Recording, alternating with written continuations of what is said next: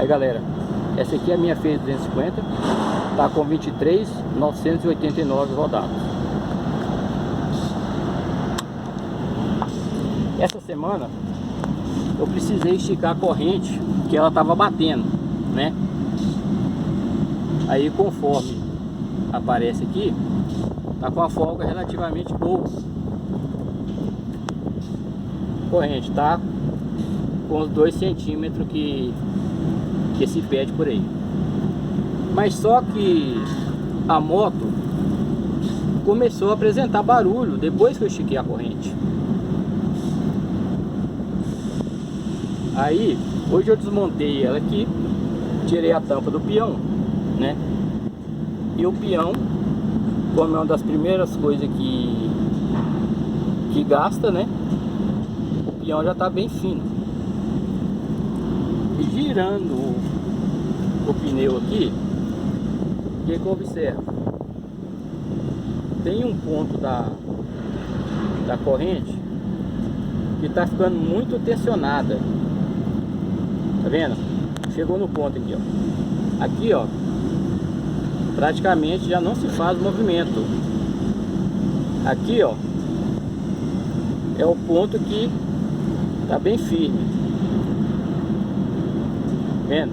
Ela roda algum ponto aqui antes de chegar novamente na folga. O que acontece? Hoje fez muito barulho.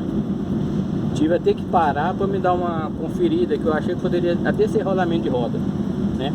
Mas é que agora eu percebo que realmente a corrente, né, para mim conseguir rodar mais uns dias até eu resolver isso aqui definitivamente, eu vou ter que folgar um pouco a corrente. É melhor do que correr o risco aí dela romper, ou até mesmo pressionar ali o eixo do peão e fazer uma força irregular aí e começar a dar um vazamento ou romper um possível rolamento aí, ok? Aí eu peço vocês aí que curtam esse vídeo, que compartilhem, né? A motinha é top, tá um pouco suja, que aqui em Belo Horizonte tá chovendo bastante, né? Foi colocado lá no canal: você é o mestre dos mestres. Isso porque eu não sou mecânico, não tenho grandes conhecimentos de moto, mas devido às concessionárias nos fazer algumas raivas aí, eu, depois da revisão de 15 mil, eu resolvi não levar mais na concessionária, né?